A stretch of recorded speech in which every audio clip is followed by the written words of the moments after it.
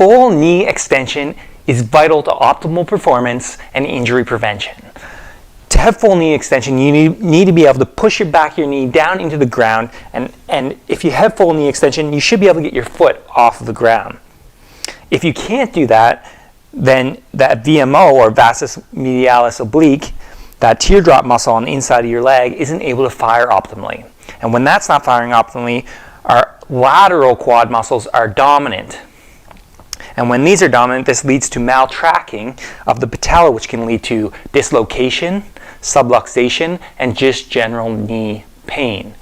A quick exercise to make sure that you are improving on your knee extension and preventing injury and getting stronger is just roll out your lateral muscles on the outside of your leg, or stretch them, and then go right into some quad sets by actively extending that leg. And if this is mush here, just start tapping, providing some stimulation to that muscle to try to activate it as you actively extend over and over again. Try that daily and your extension will improve before you know.